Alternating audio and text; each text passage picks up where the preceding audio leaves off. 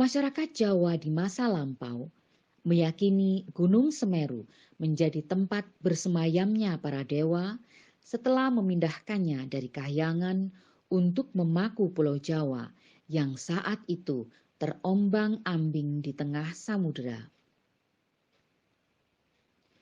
Tidak heran jika keberadaan Gunung Semeru sangat penting hingga muncul kisah di mana Sabdo Palon Naya Genggong mengucapkan sumpah akan hadir kembali ke dunia setelah 500 tahun bersemayam di puncak gunung. Kedatangannya ditandai dengan huru-hara, pagebluk, dan meletusnya Gunung Semeru yang konon dapat membelah Pulau Jawa. Siapakah Sabdo Palon Naya Genggong? Seperti halnya tokoh Semar dalam pewayangan, sosok Sabdo Palon Naya Genggong diyakini sebagai pamomong atau abdi raja-raja Majapahit. Namun bukan abdi dalam arti pembantu, karena Sabdo Palon memiliki pengaruh dan kuasa untuk mengarahkan keputusan-keputusan strategis di dalam istana Majapahit. Dalam konteks ini dapat dipahami mengapa Sabdo Palon sangat marah ketika Prabu Brawijaya kelima atau Bre Kertabumi tidak mengindahkan nasihatnya agar tetap berpegang teguh pada agama Budi.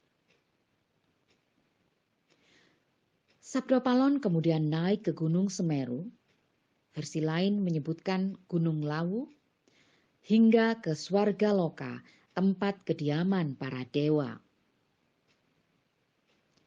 Jika mengacu pada kisah itu, maka meletusnya Gunung Semeru saat pandemi sekarang ini tentu membawa pertanda tidak baik. Terlebih, tepat setahun lalu saat wabah corona mencapai puncak, Gunung Semeru juga mengalami erupsi. Salah seorang spiritualis membenarkan, saat ini Pulau Jawa sedang goyah. Menurutnya, ada 3 hal yang menyebabkan. Namun yang utama terkait kondisi sosial politik dan suasana kebatinan masyarakat Jawa yang tertekan. Apakah ada kaitannya dengan upaya pemindahan ibu kota ke Pulau Kalimantan yang berarti memindahkan danyang kekuasaan di Nusantara? Sang spiritualis yang dikenal dekat dengan sejumlah pejabat tinggi itu tidak memberi jawaban pasti. Ia hanya berujar, alam memiliki kearifan sendiri dan sejarah mencatat manusia seringkali tidak mampu melawan kehendak alam. Kita percaya ada pesan di balik sebuah peristiwa, sebuah bencana.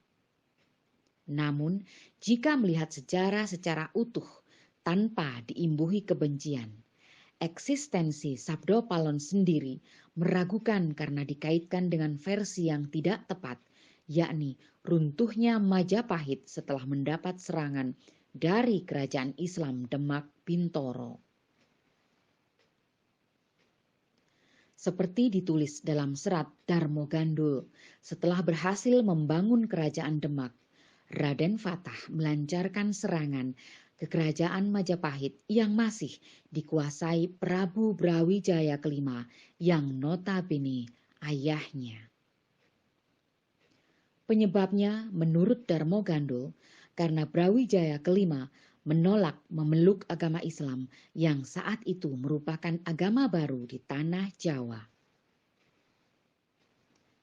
Padahal sejarah mencatat, selama Raden Fatah berkuasa di Demak, Majapahit tetap berdiri.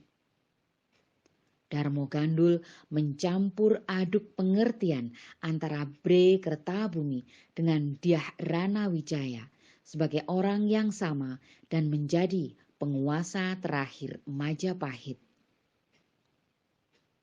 Darmo Gandul mengabaikan serat lain yang membedakan keduanya.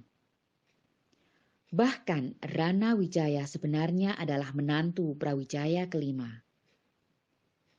Namun ia menyimpan dendam karena ayahnya Suro Prabowo Girindrawardana dikalahkan oleh Brawijaya kelima, sehingga harus lari ke Daha dan membuat kerajaan bawahan. Mengacu pada prasasti Jiu Brawijaya kelima alias Bre Kertabumi wafat setelah penyerangan yang dilakukan oleh menantunya yaitu Dyah Rana Wijaya. Kemudian memindahkan pusat kekuasaan Majapahit ke Daha. Sementara menurut kronik Tiongkok, Rana Wijaya menjadi Raja Majapahit setelah mengalahkan Bre Kertabumi di tahun 1478. Pendapat ini diperkuat oleh prasasti Petak yang menyebutkan keluarga Girindrawardana pernah berperang melawan Majapahit. Sampai di sini jelaslah, Brawijaya kelima alias Bre Kertabumi tidak dibunuh oleh Raden Fatah, melainkan oleh Rana Wijaya. Rencana serangan Rana Wijaya sebenarnya sudah diberitahukan Raden Fatah untuk mengirim utusan ke Majapahit. Namun, oleh para pengkhianat, utusan Raden Fatah ditangkap dan dikabarkan jika Raden Fatah mengirim pasukan untuk menyerbu Majapahit. Brawijaya yang sudah mendengar kekuatan pasukan Demak menjadi gusar dan bermaksud meminta bantuan pasukan dari kerajaan di Bali. Namun upayanya berhasil dicegah oleh Sunan Kalijaga. Brawijaya bahkan kembali ke ibu kota Majapahit. Namun tidak lama setelahnya datang serbuan dari Rana Wijaya. Rana Wijaya sadar sewaktu-waktu Raden Fatah akan menuntut balas. Meski telah memindahkan pusat kerajaan Majapahit ke Daha, Rana Wijaya tetap tidak yakin mampu membendung kekuatan Demak. Oleh karena Rana Wijaya menjalin kerjasama pertahanan dengan Portugis yang saat itu mulai membangun benteng di Malaka.